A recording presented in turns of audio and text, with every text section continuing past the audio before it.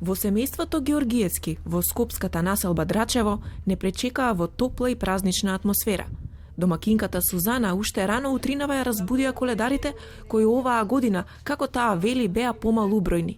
Откако коледарите заминаа, таа ја подготви богатата бадникова трпеза и го замеси традиционалното бадниково лепче со паричка.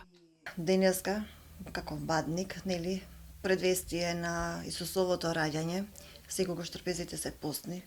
Уште денеска последниот ден што е постен, нели, претходно 40 дена што се посташе, да се спремаме, нели, за Христовото раѓање, за утрешниот ден, така да уште од старо време, од баба ми се сеќавам, значи многу одамна како ја подготвувавме бадниковата трпеза. Секогаш на бадниковата трпеза да имаме постни јадења, значи што повеќе да биде побогато. Прво, традиционално ни е лепчето, кое што нели се крши, првото парче за Господ, второто за куќата и после се редат членовите на фамилијата.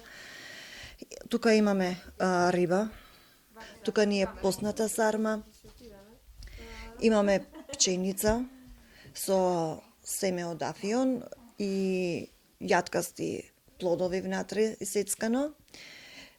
Тука ни е питата, значи питата исто постна. Тука е макалото со суви пиперки и компири, овошјето, печена тиква, нормално, суво овошје, баклава и постна торта за денов и кај нас, значи во мојава фамилија, секогаш за бадник се прави постно гравче. Ова семејство во кое трите деца секојдневно внесуваат радост, ја негува традицијата на бадник и Божик и секоја година заедно во фамилиарна атмосфера на трпезата во мир и спокој го чекаат Христовото раѓање и веруваат дека паричето им носи среќа. Во секој случај, без разлика кај кого да е од фамилијата, ние сме сите среќни.